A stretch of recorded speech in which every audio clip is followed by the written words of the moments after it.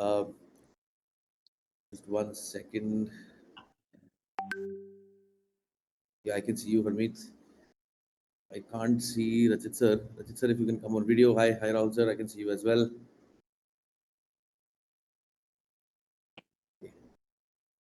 So while I begin, somebody put all of them in one screen? Yeah, I can see Rachit, Harmeet, and Rahul in one screen now. Vivek, still can't see the same screen. I'm not sure how to do that. So this is the first time using WebEx. If somebody from the backend can do that, that will be helpful. Meanwhile, I'll begin. Hi everyone. Good morning, good afternoon, good evening, based on whichever part of the world you are in. Uh, my name is Vineet Sagar. I'm a pass out of 2011 batch BTech, and I'm currently working as a co-founder and managing partner at a firm called Venture Garage. Uh, so yes, I'm an entrepreneur. Yes, I'm working with a lot of other entrepreneurs, trying to help them in their journey in various different ways. And I do understand that the fellow triple ITians that we have as attendees in this session have a lot of questions in their mind, are evaluating entrepreneurship as the next stint, and I'm sure so they have a lot of questions, apprehensions, family issues to handle, financial issues to think about, and of course a lot of guidance that we may be able to provide in the term in a way of questions and answers. So how we will do this is, we'll ask a few questions to our panelists. The idea will be to cover as many questions as we can. So we'll maybe pick a question, and maybe two of the panelists can answer, and then we can move to the next question. We'll try to talk about real life issues that we faced, and we know about other entrepreneurs who faced similar issues or different issues, how they countered that. Uh, at the end of that, we of course can't guarantee that you will become a successful entrepreneur. Nobody can do that. But I think what we can definitely guarantee is that mistakes that have led us into bad situations, or things that have worked for us, will help you save some time. So maybe what you could do by yourselves in 5 years, we'll try to bring it down to maybe 3 years. This is, I think, what our value add could be. Uh, yeah, so with that, I welcome all my panelists, Vivek sir, Harmeet, Rahul sir, Arkam, and Rachit sir. Thank you so much for joining us today. I do understand, as an entrepreneur, it's always difficult to make time for yourself, family, right? And between all of that, you tried to make time to join us today. I think that's very nice of you to do that in your own ways to give back to the college. Um, so maybe we can just start with a quick intro about all of you. A couple of minutes, if you can spend about uh, talking about what you are currently doing as an entrepreneur. What is the problem you're trying to solve? How many years it's been? Just a couple of lines of intro so that our fellow attendees know a bit about your background, and then we'll start taking some questions. So Rajit sir, you are, I think, the most experienced entrepreneur amongst us. Do you want to go first? Wow. Good to know that, yeah. Thanks, Vineet. Hi, everyone. A very warm welcome, guys. So I'm Rachit. I'm from the batch of 2005 to 2009. Um, and post my studies at Triple IT, I worked a bit with Microsoft, a bit with Adobe Systems, and then went on to do my MBA from IIM Calcutta. I was working as a consultant with Boston Consulting Group for almost 3 years when this bug of entrepreneurship came to me. I started my first company called LifePad, which got acquired after an operations of almost 18 months. And now I'm currently running my second venture, that's Admit Card. And it's almost like 6 years running this venture. Admit Card is a platform through which a student from any country can take admission into a university or college of any other country. It's a full stack model helping students with all the needs from the day they come to the platform to the day they reach to the university. And we're also helping them get out of the university successfully, not just helping them get inside the university. So that's what I'm currently working on. That's what keeping me busy. Thanks. Thanks, sir, for that. Harmeet, you want to go next? Yeah, sure. I would just take 1 minute. So I also started with Microsoft, and uh, after that, a failed startup, and also after that, a few more startups where I've worked, and then now I'm running. my startup in Indonesia. It's the largest economy in Southeast Asia. Uh, I've been running this for almost 4.5 years now. It's basically a managed rental marketplace plus uh, a full stack of property management system solutions for big apartments and properties. I'm not sure if you guys are aware about this, but there's a similar model in India for property management system. Is I think it's MyGate, yeah. So MyGate is also into that. So expanding into that, yeah. And the problems that I'm trying to currently solve is definitely how to scaling, and how to acquire users through social media channels, search engine optimization, like all the SEO. How do you drive traffic? How do you increase your traffic? Uh, what basically affects the Google rankings, and how do you get, like, Google is the way. If you are trying to build an e-commerce company, you need to nail this down. Yeah, that's what I'm doing currently now. Thanks, Ali. Rahul sir, Hey everyone, it's lovely to meet you firstly, and thanks for organizing this, Vineet. My name is Rahul. I'm from the batch of 2K6. I started off my career as a computer vision researcher in academia.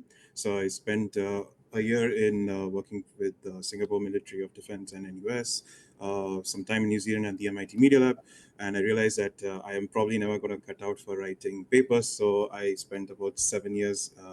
In the Silicon Valley, the Samsung think tank team, where we were working with a team from MIT to put out new products for Samsung. So not just the next camera, but new product lines completely. So having spent 6 years there, I did move to India in 2019 to start a research team at OYO. And when pandemic hits, research budgets gets slashed, and I found myself in the path of an entrepreneur, accidental entrepreneur.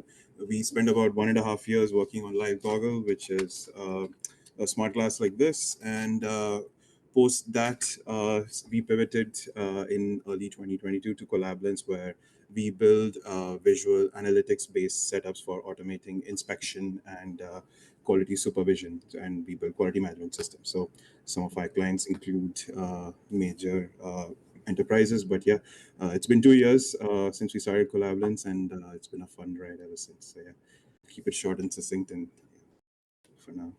thanks a lot. I think finally we have Vivek sir also. I'm not sure if we have Argam also here. In case you are here, just let me know on chat. But yeah, Vivek, if you'd like to go next. Can't hear you. I think you're on mute. Thanks, Vineet. Vineet, it's sort of a funny situation out here because they say that entrepreneurs are generally misfits. But here, I am feeling like a misfit among the entrepreneurs because technically, I don't even think I am an entrepreneur, or I fit the bill or fit the definition or even come close to it. Because what I'm just doing is running my classes just like a normal teacher would. Yes, I have gathered a lot of fame, as in that, if just to throw some numbers, I didn't really have any website or any social media presence, and still every year roundabout I get a footfall of 1,000 people for inquiries, out of which I am able to entertain only 100. This despite not even having a board or any kind of branding. Even my worksheets assignments which I give to my student don't have any branding or any name around it. So if that qualifies to be an entrepreneur, I am one. But other than that, I am just a teacher handling 100 kids in my classroom.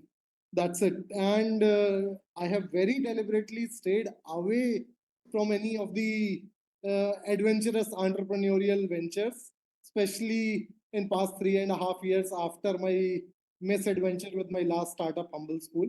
I don't know, Vineet, you remember it or not, but we have connected once around it Yes. as well when I was looking to secure funds. So No, no, of course, I do recall, and it's glad to reconnect. Uh, right. So we'll start.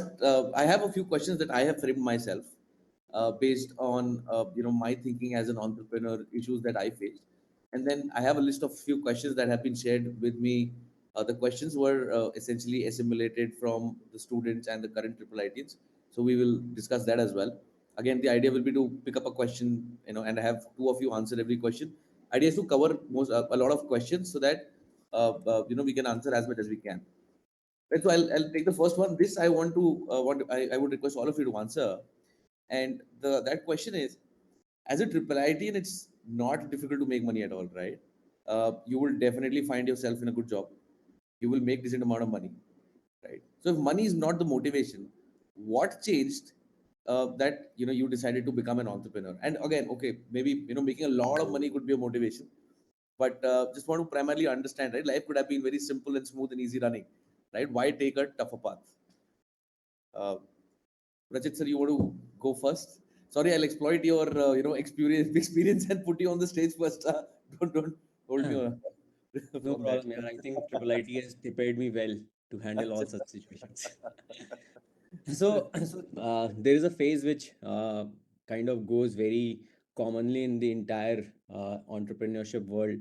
The phase is accidental entrepreneur, right? And I think I'm one of those who became an entrepreneur just because of an accident. So I think the life was going really well, and you earn a lot of money post triple IT, post IM, you even earn more. And as a consultant with Boston Consulting Group, I think you have all the perks of flying business class, staying at 5 star. But I think somewhere the ego came in between. We had a fantastic run with one of the client, top business house of India. We were helping them in a real estate project where my partner was trying to increase sales, and I was trying to reduce cost. And we went into one of the meetings, and we were all kind of prepared. We said this we are gonna rock, and trust me, the meeting went to the shit. And we kind of stayed back for like 12 hours in that boardroom, just contemplating what went wrong. And after even 12 hours of contemplation, we realized that these guys are idiots. They are not able to understand us. I think we still have a brilliant idea with us. Let's try to prove them wrong. And now, how can we do this, right? We are not someone who's actually actively doing that business. So we said, let's do that business. That's how we co-founded our first venture, LifePad. And I think it was a great 18-month journey for us. When we sold it off, we again made money, and we thought, oh, you can make money through entrepreneurship also. So I think we didn't jump into to make money, but it was more about proving a point. But then after proving the point and making money, we said, oh, this could be a good fun. So that's why we continued. Okay, so the first time you wanted to prove somebody wrong, and the next time शेर के मुंह में खून लग गया वाली बात हो गई है. Absolutely. Great. Uh, right, Rahul, sir, do you want to? Yeah, sure. I guess very early on in my career, I knew that I like cameras, I like computer vision, I like AR, and that's pretty much what I'm gonna be doing because I was making bad coded computer games. You went on mute by mistake, I think. Thanks. You're back. Yeah, so I think that I had an idea of what I wanted to do, and I quickly realized after working with some wonderful friends as well that I'm not the best software engineer either. So I think having pursued the path of applied research engineering, it was very humbling to know that after 8 years of when you spend your time in the field, like people are talking about AI and computer vision being disrupted now, but it's been started since 2017 or even earlier than that. So just imagine that every year your field is getting more expanding and you have to relearn stuff, and your knowledge that you gained is pretty much redundant. And I think what happened in the middle was that while I found myself thinking about what's next after Oyo, I started talking to people, started talking to new businesses. And I think the fact that their businesses were shut down, they couldn't remotely collaborate, they couldn't use phones, WhatsApp is not there. I think it was quite clear that smart glasses weren't, around as well. So I think the fact that there's nothing like this exist in India when a camera actually, if you know what you're doing, is $5. And that to me was very concerning. And I think just after talking to so many people, we realized that in my head, like emerging technology, in depending on the context, has already emerged like 7 years back. but in India, but at least in some of the emerging parts of the world, it's not accessible.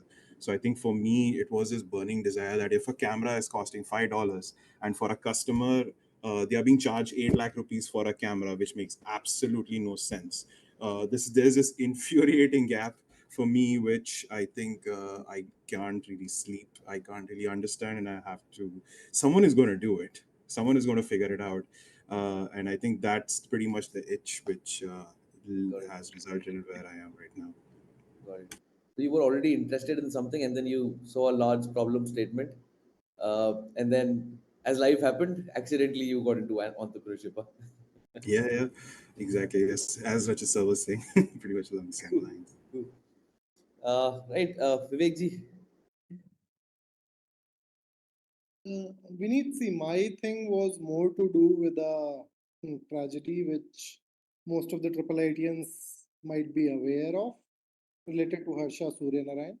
So yes, I was not never happy with my job and all, but I had just made peace with the fact that maybe this is what I will do throughout the life, because not everybody gets to pursue their dreams, passion, and all. So I was unhappy, really unhappy with my job at Microsoft. Never really felt at home in the corporate environment. But again, I had just made compromises with the life. It's just that that particular event, like the Harsha's death, just jolted me. That just hit me too hard. And that was a moment where I decided that I am not sure what I'm going to do in future, because I had no plans whatsoever. I was not sure what I will do. But yeah, I did decide that I will not do what I don't want to do. It was as simple as that. And the way after that, what happened was that once I left the job, then I started to think what to do now. I loved math, quantum physics, string theory, particle physics, and all. I just started reading it because I had nothing else to do. And just to make the ends meet, बीवी बहुत चिल्ला रही थी, तो उसके लिए I just started teaching kids during the evening. And for me, then the real revelation came that somehow, like, these morons liked my teaching and all. I didn't know what I was giving them, because I was not interested in completing their syllabus or getting them good grades and all. I was just interested in having some fascinating conversations around science and all. That is, talk about certain concepts and all. But that got them hooked, interested, and it took off like anything. I never expected that I would be into it, or it would take off, or I would become a full-time teacher, or what the hell I would do with my life. It just happened. And still I am not sure what the future beholds. I'm just at the moment enjoying the fame and my life. And I don't work 7 days a week or something. I work 5 days a week. I'm having a decent work-life balance. I go for swimming, running, jogging daily. I hang out with my friends daily and having a good time. That's that. So You're you're doing better than you're doing better than most of us. Don't yeah, I think don't you chose raise don't raise the bar so high by saying all those things. no, but really, I think what you've chosen as a path is very different from the rest of us have chosen. We most of us try to chase tech startups. What you try to do is build a sustainable business that brings money to your home. Everybody is happy, right? At the same time, you have a very noble and nice cause, and it's a way that you're giving back to the college. Knowing that Harsha is close to you, and you started something after losing him, and that's your motivation, right? So, yeah, I think finally, Harmeet. Uh, for me, the decision to start a company was always about, it's like, I I don't know how to say it modestly, but, like, as you said, like, making money is not the hard part. Right? Once you figure out, like, after a few years of making money, you realize that, yeah, you can replicate this, you can climb up the ladder, you can become senior manager, this, that, you can make money. So making money is not the hard part. Like, for me, it was like always about, like, what can I build, which is bigger than me, right? So it was always about finding something that I can build, and I could never find the right set of things to build. But when I was like, I think I covered this in the previous session, but when I was doing backpacking trips in Southeast Asia, is when I realized that I mean these guys have cool lives, and how do we bring these cool lives to the daily lives? So you don't have to leave your jobs, and you can still enjoy the concept of meeting new people. Uh, having a place where you can come in and you can just have like-minded people. So that's how flock started. So that's the word behind flock, which is birds of similar feather flock together. And Indonesia had a big market gap because they didn't have a concept of flat sharing like we do in India, or like in Singapore or US, like you share flat. So Indonesia had like 1 year rent upfront. So if you have to rent an apartment, you have to pay 1 year rent upfront, and there's no concept of sharing. So the cost of living is very high, and so a lot of people end up living in sort of a boarding house where you just get your own room and bathroom, and then you're living with like a paying guest, PG kind of thing, like a lot of Indians would understand. So to solve that problem, they are basically created another problem, and so yeah, that was like that was like, okay, this pure market gap, and this is something that I feel excited about. So that's how I started this company.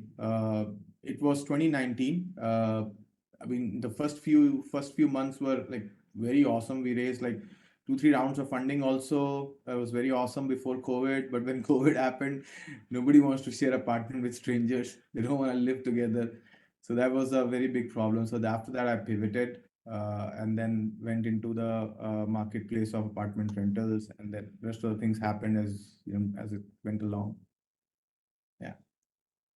Great. I think you again did something very different, right? Went abroad and tried to crack something there in an international market. So, very good to know that. Yeah, that's Coming that's to my- that's one of the scary parts, actually. It's one of the scary parts. Actually, you're in a new country, and you just land as first day unemployed. You're like you're trying to solve a problem for apartment rental. You don't even have the money to pay for your own apartment. for your own apartment. Huh? Good, yeah. I think yeah, entrepreneurs do insane things, right? So I think one insane part of your story. Right. So my next question again, this is for everyone, and then I'll try making questions more specific. Uh, so I think when parents send us to a college like Triple IT, I don't think, or maybe a very small fraction of the parents think that they would want their kids to become entrepreneurs. Most of them think that after this, my kid will have a very stable and good paying job, right? But you decided to do something very different. And so, how did you really? First of all, when how did you break this news to your parents or your family? And when you broke that news, what was the reaction? How did you really tackle that situation? That's it, sir. Once again.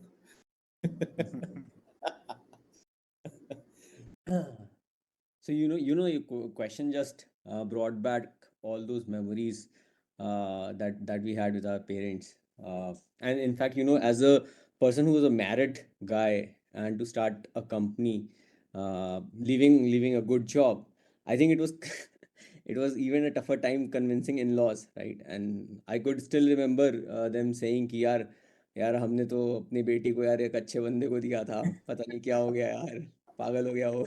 So and then in fact relatives, right? So relatives kind of also act as the real mixer in the entire thing. So uh, I think in my case, what really worked well was my wife. She kind of so it is like मैंने सारी बंदूक उसे कंधे पे रख के चलाई. So that's what happened. Because she could actually convince people back at home, because most of the parents on both sides were more concerned to her, not to me. I was always a strong-headed guy, so they were like अच्छे से बात करने से कुछ खास होगा नहीं. So they all were consoling her, saying, "Okay, तुम्हारी किस्मत थोड़ी खराब है, क्या कर सकते हैं? But तुम बताओ, how are you feeling, etc." And I think uh, some gifts before that conversation could happen to my wife really helped. So she was on my side. So some savings really helped me. So I think I prepped for a quarter well with my wife, and then she could. So next couple of quarters she could take. So yeah, that's how it worked. But yeah, I think still, even after so many years, they keep questioning it. They were very happy when I sold my first company. But then a couple of years in the second company, and they thought it will be an easy cakewalk. It wasn't. It was really, really hard. And they're like, यार ये नौकरी कर लेता बेहतर था. But I think now they know that nothing will change. Yeah. Great. There's So I no think going. सबसे पहले बीवी को अपने साइड करो. I think if she's on your side, you can solve a lot of other things, and I think build a small runway for yourself because money is not going to immediately flow in. Yep. That's when you start a company after getting married. If you start a company before getting married, then you can forget about marriage. So first step is to get married. Vivek sir, would you want to share some thoughts next? Definitely, ये favorite question है मेरा भी. Thanks for asking this. See, as I told, what happened with Harsha, I immediately resigned. लेकिन कर तो दिया, उसके बाद क्या फिर फेस करना फैमिली को, लाइक वाइफ को specially, was very difficult. She was just after my life. You have no plans. What the hell are you up to? And all that. And I panicked as well. After like facing her, my parents, in-laws, everyone, इतना pressure आ गया कि 15 दिन बाद जाके मैंने resignation वापस ले लिया. As in मैंने कहा कि ठीक है, I will work. But then again, like I think God के plans थे या whatever. At that time, I was having some health issues as well. Like I was gaining weight rapidly, despite not eating too well, because all this was going on in my life. So I got few tests done, and thyroid मेरा काफी बढ़ा हुआ निकला. Like those readings were really off the charts, and that then gave me an opportunity. Like I went to the doctor, medication and all started, but then that I went to an endocrinologist basically for it. So medication started, but when I informed my family about ki thyroid hai, and I faked it. I said that the endocrinologist is saying that diabetes is coming next. See what working in the company has given to me. And all, and now under your pressure, I have even taken my resignation back. Then my wife mellowed down, and everyone mellowed down. Situation became emotional, and then again next day I went and resigned. So, so that's how it it is. A little bit of it was real in the fact that I actually had thyroid, which was off the charts, but a lot of it I faked it as well. Doctor के words का के बारे में बहुत झूठ बोला. Wow, it's not been an easy ride, it seems. Harry, you want to share? Yeah. Actually, so I was working in Singapore, and my parents were very happy. मतलब your life is settled. Now let's talk about his marriage. And then I kept delaying it. And then when I moved to Indonesia to start, I actually never told my parents in the starting, because I always knew कि मतलब they'll be very opposed to the idea, and they would be like, what the fuck is going on? What are you doing? You know? And yeah, so I told them after 6 months. After 6 months living in Indonesia, they still used to think I live in Singapore. And Okay. after living for 6 months in Indonesia, I told them that this is happening and I'm doing this. And yeah, at that time, like of course they were not happy. They still till date, like Rachit sir said, they still till date think what life could have been or would have been if I would not quit. But yeah, I think it was not easy. But you gotta show them that, you gotta tell them that so far all the decisions that you have made have worked out in a way or something. This decision is not going to work out so fast, but yeah, you just have to be patient and trust the fact that I'm making this decision with some sense. So yeah, I mean, it was not easy. It was not easy. Yeah. Got it. So I think family Yeah. support does matter for all, right? All of us have done some bit to convince our parents, and the pressure is still today, and I think it will keep existing forever, right? वो कहते हैं ना, I think prime minister की भी mother उनको कभी कभी कहती है ना कि भाई तुम प्राइम मिनिस्टर क्यों बन गए यार, तुम सरकारी नौकरी कर लेते छोटी मोटी सी, right? So I think parents will never change that way. Yeah, correct. So the next one is for people who are married, and from what I understand so far, Rachit and Vivek sir are the only two people in this who are married. Unless आप में से किसी ने पीछे से शादी कर ली हो, बताया ना हो तो नहीं पता मुझे. But so this one is for the two of you. With when you have a family to take care of, right? So you have a wife, you have kids, compared to the rest of us who don't have any liabilities, right? So cash flow becomes an important thing, at least at a household level. And in that journey, as an entrepreneur, cash flows are not consistent. All of us know that, right? Sometimes there are no cash flows at all, and at least in the beginning when you start an entrepreneurship stint, there is hardly any cash flow. There's no visibility also. So any couple of things that have really worked for you in terms of financial management and disciplines that you follow, any thumb rules that have really worked for you that can be useful for other entrepreneurs? Rajit sir, Vivek sir, whoever wants to go first. Vivek sir आप बोल दो, नहीं तो मैं Rajit sir को फिर से डाल दूंगा पोडियम पे. See, I don't really have any suggestions on that what has worked for me. In my case, what happened was that it was a crazy emotional decision when I actually took it. Coming to think of it, at that time, like I had a 1-year-old kid, and my wife was also not working, and I come from a middle class family also, so I didn't really have parental wealth and all. But yeah, I did have Microsoft shares. 7.5 साल काम करके accumulate हो गए थे. So what I had thought was, like when I thought more rationally, was ki, let me sell them off. It will give me a runway for at least 6-8 months, and then we will reassess the situation after that. That is one thing. And second thing was that as soon as I resigned for the second time and this health wala bomb, immediately my wife started looking for the job, because post pregnancy she had not joined again, and she landed a job as well. तो situation इतनी बुरी हुई नहीं, मतलब एक गाड़ी रुकी तो दूसरी गाड़ी अपने आप चल पड़ी, and I got the support, not the way I would want it. I would have actually wanted full support in terms of supporting the journey, but just ho gaya. Other than that, nothing. I don't really have any suggestion, because I didn't really resign or start my journey in a planned way. In fact, like my suggestion is don't do it, as in that don't make irrational decisions. Fair. Fair. No, I think so. You've been lucky. Not all of us are, but yeah. So if you can depend on luck, maybe that will work. But if you cannot, then that's it, sir. Any thoughts on that? Yeah, so well, I think this is something which is definitely very, very critical, because as an entrepreneur you are already uh, fighting against a lot of odds, right? And financials is something which buys you time, right? That gives you longevity, both if you have that in the company and definitely on the personal side.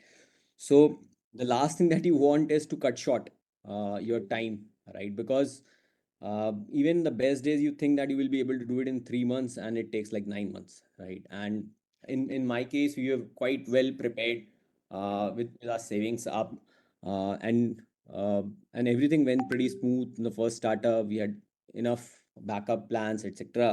We made money at the end of first startup, and I think we went on a high.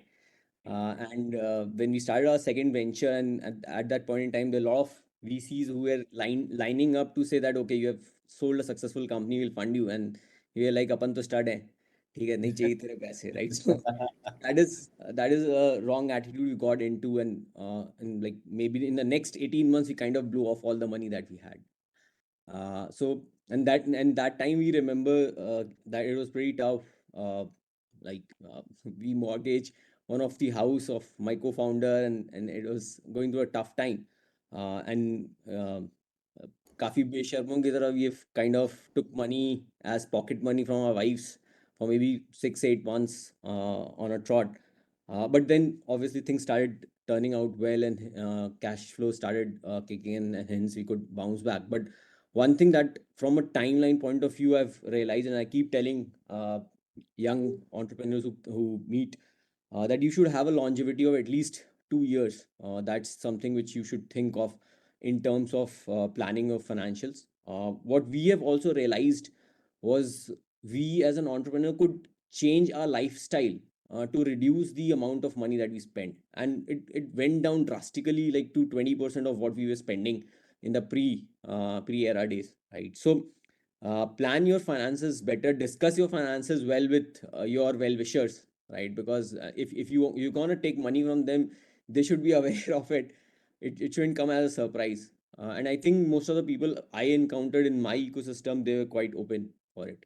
So find Correct. for supportive people around you. It should work. All right. Yeah, so I've also seen a lot of entrepreneurs, at least in the early stages, sometimes tend to reject VCs, which is fine. But what I've understood is I mean, you need money, right? At least in the beginning. But in the earlier few years, you have to chase the money, and then the money chases you, right? So I think in the initial years, the color of the money doesn't really matter. Get it from wherever you can, and then you can decide who you want in the story with you and who you don't. We need Great. just one more thing Please, here. please. I know you are a co-host and basically moderator for this, but I would want you also to answer all these questions which you are putting us up to. Oh, okay. So you are going to put That me. question, that question about marriage was actually asked by Vineet. He's not married, so he's like thinking like how can he I'm, continue and How get married? no, That I'm was thinking personal whether we get question. married or not. बीवी को संभाल पाएंगे कि नहीं संभाल पाएंगे भाई. So, but yeah, I think so. I'm married, so this question wouldn't really be applicable to me. But in terms of really trying to convince my family, so I come from a family of IITians, IAS officers, IRS officers. So I think I'm probably the first one in my family who's ventured into entrepreneurship, and so I really come from a very sort of a conservative family in that sense. It was difficult, definitely very, very difficult to convince them that I wanted to start out on my own. Uh, and what I understood was that you definitely need family to support. I knew I was not going to make money, at least in the first few months, which I had already seen in the market, learned from various entrepreneurs that money doesn't come immediately. So I requested for some sort of financial support, and so I was living in the same house as them. I was eating sharing the food that they got made at home. So my expenses were very, very limited to maybe travel, etc. So financially that piece was sorted. Convincing them was tough. It is, I mean, I don't think I still have them on my side even today. I think I've done well for myself. I make decent amount of money. I feature in newspapers. Even when I send that, my mom sometimes say, "ये सब क्या कर रहा है यार? US चला जा, देख तेरे दोस्त कहाँ चले गए," right? So I don't think I still have them on my side completely. But I think along the journey, when they saw small successes, when I made them part of my story, instead of saying, "नहीं आपको तो समझ ही नहीं आ रहा, आप side हो जाओ," right? I think I made them part of the story. I kept feeding them news. I kept feeding them news more on success rather than on failures to get them on my side. So I think that worked. And then I think financially, when money started coming in, parents know, right, that okay, you are living a good lifestyle, and they can see अच्छा पैसा खर्च रहा है कहीं ये, right? So they felt कि हाँ पैसा भी आ रहा है. So I think along the way it was slowly I was able to convince them. But yeah, even today I don't have them fully on my side. Right. So this question is for Harmeet and Rahul, because both of you first went abroad. One of you decided to come back to India and do a startup. One of you decided not to come back to India and do a startup. Right. What was the reason and why? Harry, do you want to go for it? All right, great. I can Thanks. finally. All right. I think so. I actually loved every single job I had. I think maybe I took certain low-paying gigs just to kind of go with where I really wanted to spend all my energy and doing like something I liked. But I think towards the end, I realized that if I want to really be a director of a research lab in the Silicon Valley, the amount of competition and time that it would take me from, say, a senior research engineer, you go staffs, there's like 3 levels, and then you go uh, to the place where you want to be, that would take like 10 years and for making a series of moves across the best computer vision research labs. So the amount of networking required, the amount of time, the competition, everything, it looked daunting. And then, of course, at Oyo, I had a chance to just go and pitch them that how emerging technologies could really be sort of growth catalyst. Because for me, Oyo is the world's largest playground for emerging technologies to shine. because if you think about it, like everything is in a constrained environment, right? So you don't have to worry about putting an autonomous driving model and figure out if you have this buffalo detection, a cow detection is there in India, which you'll go crazy with. So kind of really going uh, I think like it was a great fit for me, and also I pretty much jumped 7 years if I came to Ohio. So I think like for me, it made a lot of sense on a research from a strategic level, etc. But every single friend, some of course triple ITians were like, "What are you thinking?" And I think the fact that Anil Goyal, who was the CTO of Oyo at that time, I think talking to him, sharing my vision, and saying that. I think this is what I want to do. This is how I'm going to do it. This is the team size. What do you say? So I think like that sort of. It took me 6 months to accept the job. Of course, I had my own apprehensions, but that's I think one of the major reasons I came. And I think like just maybe just unnecessary, but one takeaway was that the best jobs you're going to get are always going to be the ones that are carved for you, and the ones that you're built from your network, or talked a certain way. So that was my reason. Got it. For uh, for me, I think the most important reason was the fact that I was actually in Southeast Asia. In fact, my first angel investor is also an Indonesian guy. So the his terms and conditions were like, I'm gonna invest if you start something in Indonesia. So that was one of the reasons that somebody was ready to put in money. And the second reason was the market gap, which was specific to Indonesia. I mean, India doesn't have that problem of flat sharing, and there are a lot of companies already solving that problem, like Nestaway and all are already trying to solve that problem. But so yeah, the product market fit was in Indonesia. And also over a period of time, when you start and you have your angel investor, you kind of develop within that market, and you kind of develop network also within that market, because the angel would not be able to help you start your business in India, because he doesn't have any knowledge about that.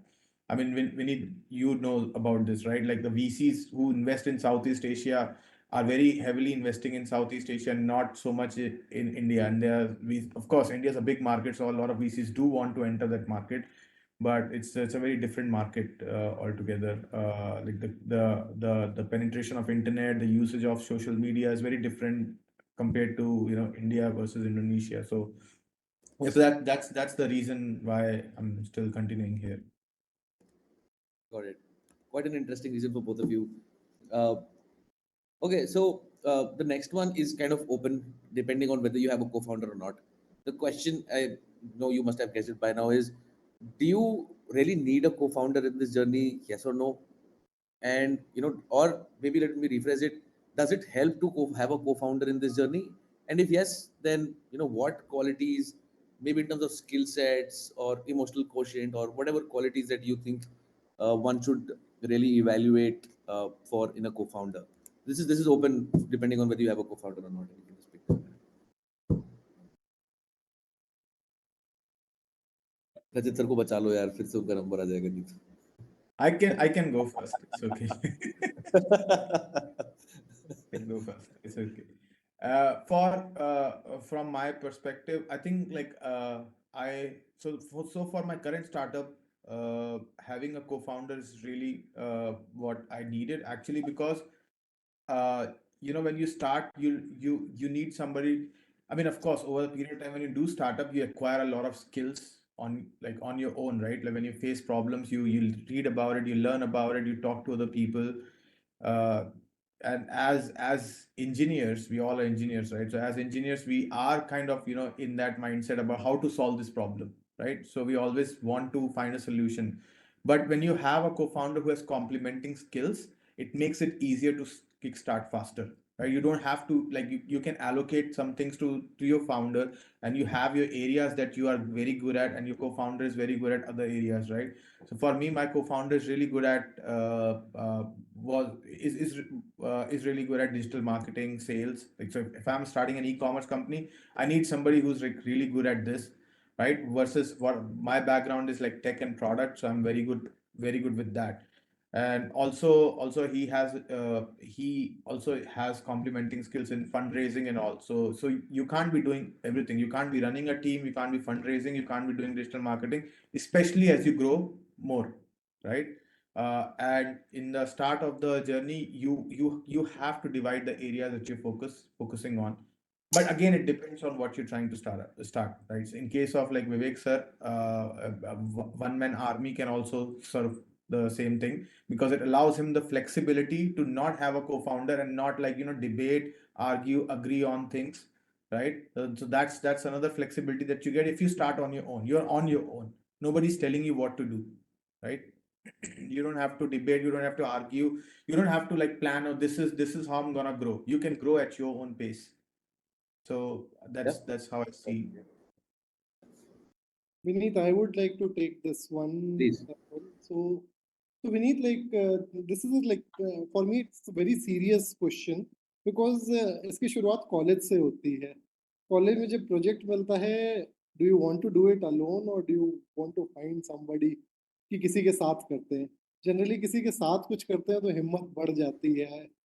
As in, same way when I started my journey, I was sort of desperate to find a co-founder because अकेले करने की हिम्मत नहीं थी. बहुत सारी चीजें ऐसी थी कि आपको लग रहा था आपके जैसा कोई और बेवकूफ आपके साथ जुड़ जाए अगर तो चीजें आसान हो जाएंगी.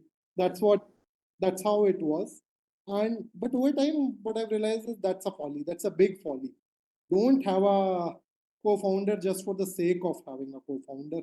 Only if you find someone who complements the skills, as Harmeet just pointed out. Like, be very calculative, be very irrational when it comes, very rational when it comes to finding a co-founder, and see if it's a genuine fit along with fit with you, and will it really suit your business and all. Don't try to find a co-founder just for the sake of finding it क्योंकि आपकी अकेले पंगे लेने की हिम्मत नहीं है. I have done that mistake and I am just calling that out. Yeah. No, And definitely. also, I think it's sorry, I just wanted to add one more point. Also, it's a lot about the personalities, right? So at the end of the day, even if you find a co-founder who's like a very good fit in complementing skills, it's very important that at the end of the day you fight, you argue, but you're able to resolve that over a beer, right? And then you're able, you know that both of you are wanting the best for the company, because, like, if one person, it's not one person's dream. So the ego part of it also, you should be able to resolve that with your co-founder, right? Yeah, so I think, just to summarize, I think both of you have brought in very good pointers here. One is, you definitely need someone, or don't need someone, but if someone joins you in this journey who has complementary skill sets to you, it'll help split work roles, and that will essentially make your life easy to scale the venture. And I think more importantly, as you mentioned, entrepreneurship is just like life, right? Life is a lonely journey. You would want to have a life partner, but you can always live your life alone as well, right? So similarly, I think if you have a co-founder, your entrepreneurship journey can become much easier.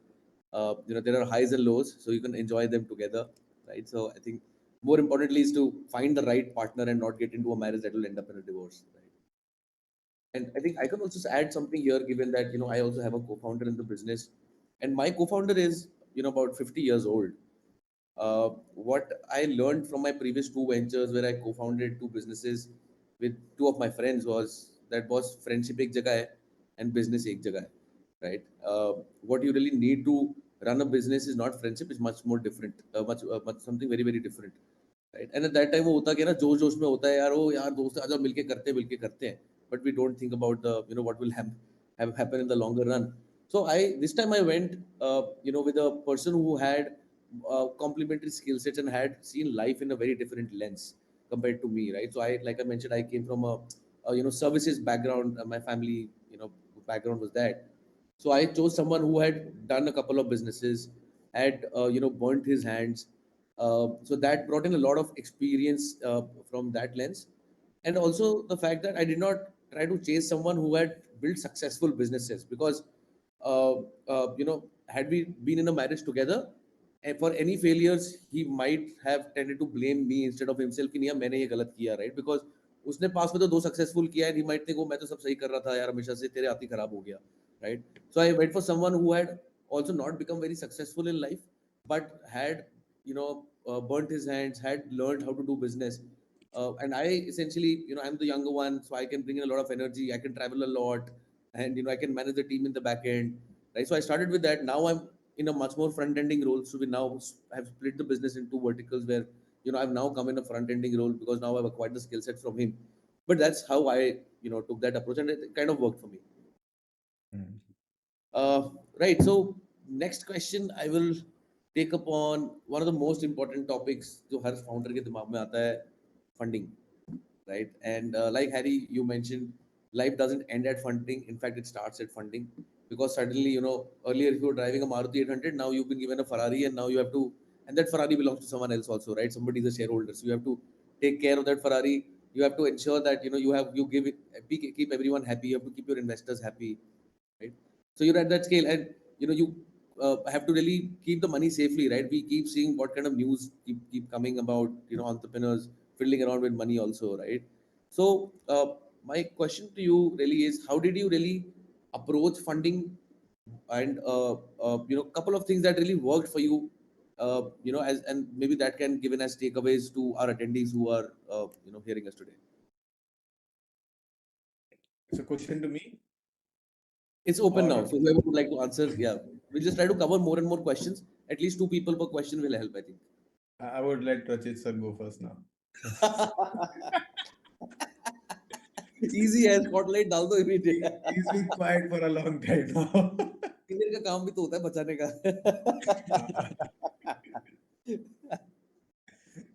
Yeah, so on the overall things, I feel so funding is again good, bad, both side of the coin, I would say. Majorly good. It's more like with more power comes more responsibility. So it's more of that sort. While the media part of it is always glorifying the money that you have raised, there's a lot of hard work that goes beyond it before raising it and after raising it as well. So I think from the entire fundraise thing, the core aspect from an entrepreneur point of view is couple of things. Should try to raise the right quantum of money, should try to raise from the right set of people. I think if you have done these two things right, lot of problems which can come post raising money will automatically be in place, right? Because now you have a business plan on which you have raised money, you know where you are spending on. You don't have extra money, so that you start experimenting, and all those fence sitting ideas will now come in the center, right? All of a sudden you will say, oh, ये भी कर लेते हैं, वो भी कर लेते हैं, वो भी कर लेते हैं, चल अखबार में ऐड छाप देते हैं, शाहरुख खान को नचा लेते हैं. So all those things will come once you have those excess money. So I think the important part is to have that clarity of where you are going to spend that money. At the end of the day, whether you are raising a debt or a equity, just think that it is someone's money which you need to return in one way or the other, right? And and if you're thinking about returning that money, I think the utilization of money is quite well in that format. So my suggestion to everyone would be, don't get very excited when you have raised money. We have raised a big series A recently, but we know where to spend that money on. So that clarity needs to be there, which definitely helps you committing less mistakes, because most of the time that we feel that we have that runway, we have that leeway. So go a bit adventurous. Maybe it will give us 10x return. So already the success probability less than 1%, and then experimenting on top of it something which has even lesser probability uh, can actually jeopardize things. I think great takeaway, right? Raise the right quantum of money so that you can spend it wisely. ज़्यादा आ जाता है तो समझ नहीं आता कहाँ करो, and you don't understand how to frugally build a business. And I think the most important part you mentioned, right people. If you have the wrong people, they will make your life miserable, because the kind of rights that investors ask for are just can just get very scary, and and they can get sometimes very interfering in the business, not allowing you to run your business your way, and really sucking out the money and the bandwidth of you, right? uh, Harmeet, would you also like to add? I think you Like, also I recently. would like to add to Rachit, basically, getting funding too soon, too much is disastrous. Like, I faced that myself. In my journey, it was like my co-founder was like, he approached and he said that मेरे पास 5-6 करोड़ रुपए हैं, चल business शुरू करते हैं. At that time, it looked very lucrative, but it was actually a disastrous thing to happen to me because I had no experience at entrepreneurship earlier. Like, I can write a full book on how not to spend money because the way I used that fund, how badly I did it, like, so one needs to be very careful, very frugal with the money, whichever way you raise it, debt or equity or whatever. And easy money, getting easy money is the one of the biggest curses, I would say, because I didn't really realize the importance of it until all was lost and it ended up in a disaster in my case. Mhm. Like all those fundamentals which we read about in the various startup books and all, be frugal, talk to your customers, and basically build a small prototype and all. I literally threw them out of the window and only live to regret that. So Wow, we have a massive live learning from you. So I think this is for everybody. Don't make the same mistake. Please save your time. yeah, I Yeah. mean, yes, be very careful. It's not a good luck; it's a bad luck if you are getting easy money, easy funding. Yeah, yeah, I sort of do agree on both the aspects that Rachit sir, Vivek sir has said. Uh, I would like to say one thing, like, you should be able to function and sustain and grow with or without any external money, right? What external money does is it's a nitrous boost, right? It gives you boost. So it's supposed to accelerate, say whatever you will achieve with your with the business that you are running and is generating, you'll be able to achieve that from that money in 6 months. Funding can help you do that within 1 month or faster, right?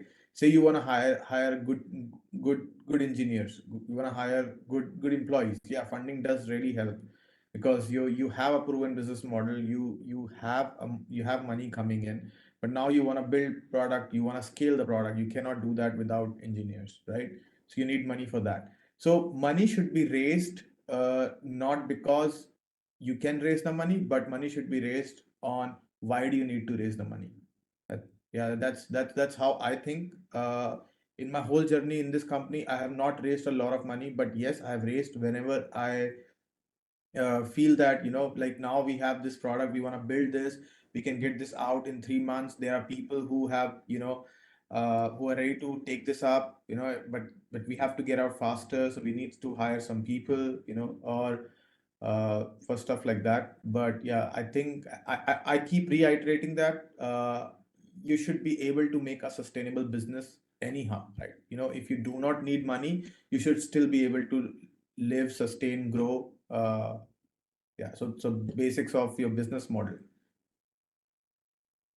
I just wanted to add a quick point that I think our panelists have covered almost everything there is to it, but I've been actually very surprised about the grants and the ecosystem that India has for deep tech, manufacturing, agri-tech, etc.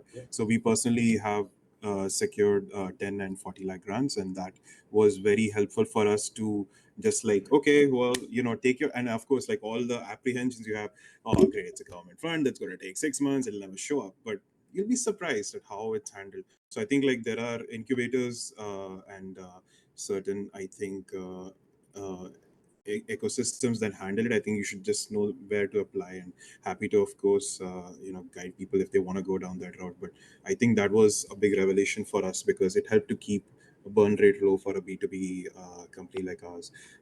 And of course, for everything else, Vineet is there, right? Who can help us with venture garage, fellowship grants, and everything else. Uh, no, but yeah, I think given that I'm in the middle of the ecosystem, talking to startups every day, right? So, what I see is a lot of on what has worked for a lot of entrepreneurs and what has not worked for a lot of entrepreneurs, right? And what I've understood is that you need money only if it helps you scale the business fast. If you think money cannot scale your business fast, you have a services business, you don't even actually need to raise funding, right? And if and given that most of us would be, tech entrepreneurs, given our backgrounds, money is needed. And what I've learned is, uh, it's important. So money in this industry doesn't come to you if you chase it, right? Money comes to you if you don't chase it, right? Whether it's a VC or an angel investor, आप पीछे पड़ funding कर दो, मेरी funding कर दो, nobody will invest, right? It's a business where you can't convince somebody to invest. They have to convince themselves that yes, I want to invest in this, right? So you can't chase the money has to chase you. And I have seen founders raising capital even without having a live business, even without having a pitch deck also in hand, right? What is that? Right? This is a sheer storytelling skills, right? So if you're good storytellers, you can, and if you have the right attitude and you can go very, very confidently in that meeting, you can raise money even on paper, right? So yeah, that's broadly been my learning. I think having the right attitude and not trying to chase the money instead of money having chase you, I think is makes life much easier. Uh, right. I think we have about 5-10 minutes more. I'm not sure if they're gonna just randomly close the session or they'll allow us to extend.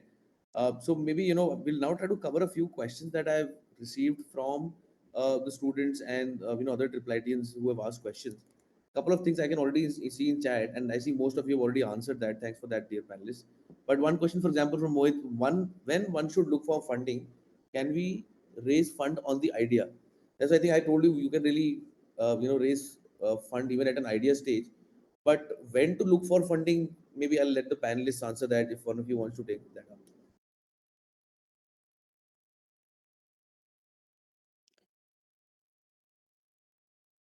Okay, I think I will go. So I think we discussed this, and I think Harmeet also mentioned it, and a couple of times it was mentioned in last question we were discussing, when one should look for funding. When you think your business need funding to boost, right? When I think it is more about accelerating the business. That's when you should go for raising money.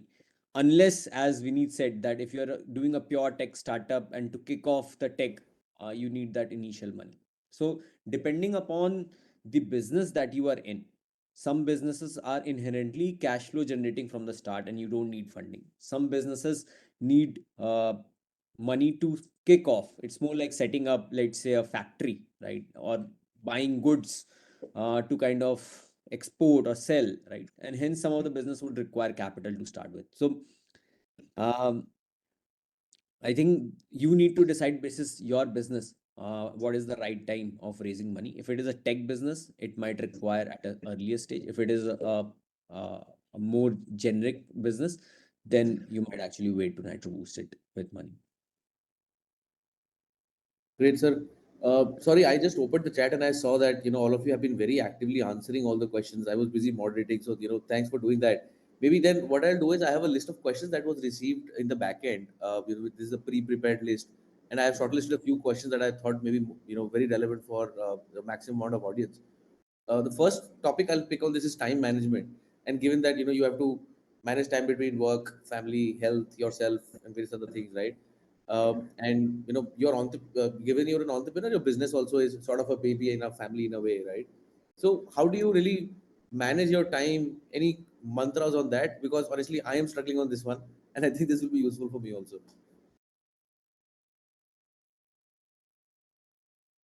Harry, I you seem to be can doing a lot of workouts every day. Yeah, I saw your pictures on Instagram. You have a decent amount of muscle. So how are you managing that? Okay, I'll take that question. So, so in the starting of the journey, right? You are completely obsessed about the idea. You're completely obsessed about the problems that you're trying to solve. You get excited very easily. You get down very easily. It's a very emotional ride in the starting, of course, right? But as it goes along, you do have to find a sustainable balance between the both. You can't be like completely obsessed about work. Of course, you have to have a certain level of obsession. uh, but you also have to take care of other aspects of your life. I mean, a healthy mind is a healthy body. That's what I believe. Actually, it sounds very cliche, but I do really believe that if I do not get my morning workout, I am not myself the whole day, right? So my objective is that I mean, you have to divide your time. So like when is your work very heavy? When is your work not heavy? And as a founder, you get a lot more flexibility as a founder, right? So you get a lot more flexibility because nobody questions you what you're doing. Nobody asks you, hey, where are you going? You don't have to answer that to anybody. So you do get that flexibility that you do decide what times you want to work, and it's not about the number of hours anymore. Like you don't say, oh, I worked 10 hours today. No, it's not about that. It's what you have achieved. And did you achieve what you wanted to did you achieve what you wanted to achieve? Most of the times, no, you wouldn't be so happy with what you achieved. But yeah, you can only do so much. So how I divide my time is I wake up every morning 6:30 around. I'm gonna share my quick schedule. I wake up at 6:30. I try to squeeze in workout by 7:38, and then by 8:30 or 9 I can start my work. Then after that, I do not care because I've gotten workout out of my way. So most of the things then can align throughout the day, and then because you have started 6:30 and you've worked out, and then you have worked throughout the day, your body and mind both are tired. So naturally, you go to bed by 10:30, 11. Great. I think that's a very interesting way of handling things, right? You do work out early in the morning, get it out of the way, and then you're anyways an entrepreneur, right? Not answerable to anybody on your time, so you can manage the day you want. Yeah. If anyone else wants to add. Vineet, I would like to take that. When Harry was answering this, I really felt jealous of him because I have never been able to get into the kind of routine which he was talking about. Knowing very well and even being obsessed with my health to a certain degree, I have not been able to achieve that until maybe recently, last 1.5 year and all. My major struggle was not waking up at 6:30 or 6. Struggle was sleeping. There were days where you are not able to sleep, like entrepreneurship or like whatever. That's the biggest challenge. अगर 3 बजे 4 बजे सो रहे हो और उसमें भी फिर रात में 2:30 3 बजे भूख लग रही हो और binge eating कर रहे हो तो फिटनेस का कैसे? That That is blame, sir, the that blame only should go. thing which Sir, I have that blame should managed. go to all AOE and Counter Strike of Triple IT. Okay, that blame should go to AOE and Counter Strike. No, could be, but there are days like Cholametry that's the as thing well, that I would I say. have But struggled with my sleep purely out of anxiety, and that's why I have struggled to get into a routine. The only like I was able to manage it or control it only once I somehow got a control over my sleep. That's it. So Yeah. Anyone else wants to add, or maybe we'll jump onto the next question. Uh, so this is triple IT related. Uh, Anything from triple IT that you think has helped you in your entrepreneurial journey? Maybe it could be in terms of education, experiences, or anything from triple IT that you think helps you today.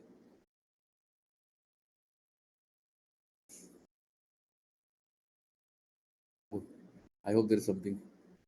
I think I'll save Rachit sir for this one.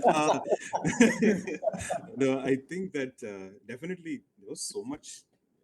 I know it sounds very surprising, but there was always a lot of time to do stuff. So I think networking, doing so many activities, that definitely was there.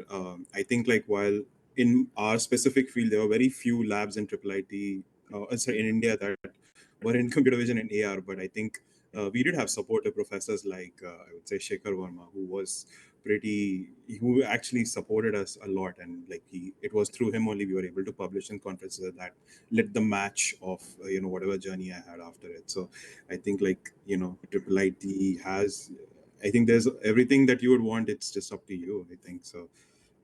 Yeah, I'll probably just wrap it up here because it seems like we have only 2 minutes. So. Yeah, Yes. yeah, yeah. I think so. Yeah, I think maybe I'll just quickly do a wrapping up note because we only have 2 minutes. It was very good to have all of you, and thank you for actively answering all the questions that I had, and on live and also on chat. I saw the attendance was about 6 people when we started. Slowly grew to about 32. What I hear is that there are more attendees in the corporate session, which obviously is a no-brainer, right? Given that most of us want to do jobs, so not surprised about that. But I hope that next year and in the following years we'll have more and more attendees. And I also firmly believe that I'm not sure how well we are connected as founders within Triple ITA, given that we have the same alma mater, we have some sort of connect already. So maybe if let's stay in touch, let's stay connected. There are small ways in which we can help each other, which we can advise each other, and this is, and for the panelists and attendees who are here, while we are entrepreneurs and super busy, you can definitely reach out to us. Please do not try to approach us through LinkedIn. You can find our numbers on the website or through someone else. We may not be very actively able to help you, and also, of course, we cannot guarantee success. That's something that nobody can guarantee. But I think we can add values in our own way. We have been in the ecosystem for long. Some of us have very good industry connects. Some of us have very good, investor connects, and some of us can just offer general advice that will help you save time. And given the attendance was low, I think I also want to quickly add that uh, while corporate jobs are nice and fancy, you will make a lot of money, you will go abroad. There is a very different taste. There's a very different taste of entrepreneurship. I'm sure none of us who are right now here even thought this journey would be like this. It's not really about the success as an entrepreneur. It's the journey and it's the way you live a life. It's just super amazing. So if you're thinking whether to become an entrepreneur, not become an entrepreneur, at least once in your lifetime, I'm sure all of you would agree. At least once in your lifetime, you do it, right? When you die on a deathbed and you go to God, अगर God पूछता है ना कि यार entrepreneur बने कि नहीं एक बार बनने का इतना जवाब देना क्या एक बार किया, you fail, you success doesn't matter, right? You taste it, मजा आ जाएगा, right? Great. Thank you all the different panelists to join from various different Thank you, parts of the Vinny. world. Thank you, Vinny, It for was very, organizing this. This was awesome. Thank you, yeah, Vinny, I for had a lot of organizing. fun. In fact, Thanks a lot, Vineet. I mean, this was much more interesting than I anticipated. Like, awesome, Vineet. Like, oh, great to know. Thanks, Vineet. Great job moderating everything. Thank you so much, Thanks, Rajit sir. Vineet. Thank you, Vivek sir. Yeah, Thank you, Rahul. Thank you, Harry, for joining. great to see Rahul after a long time. Great to see Vivek sir after a long time. Kuldeep, I can see you also. Thanks, man. Yes, I just came to say hi. Everybody. Right. Bye, everyone. Right. Thank you so much. bye, guys. Okay. Bye, bye, Ajit sir. Bye, Harry. Cheers. See you guys. Bye, guys.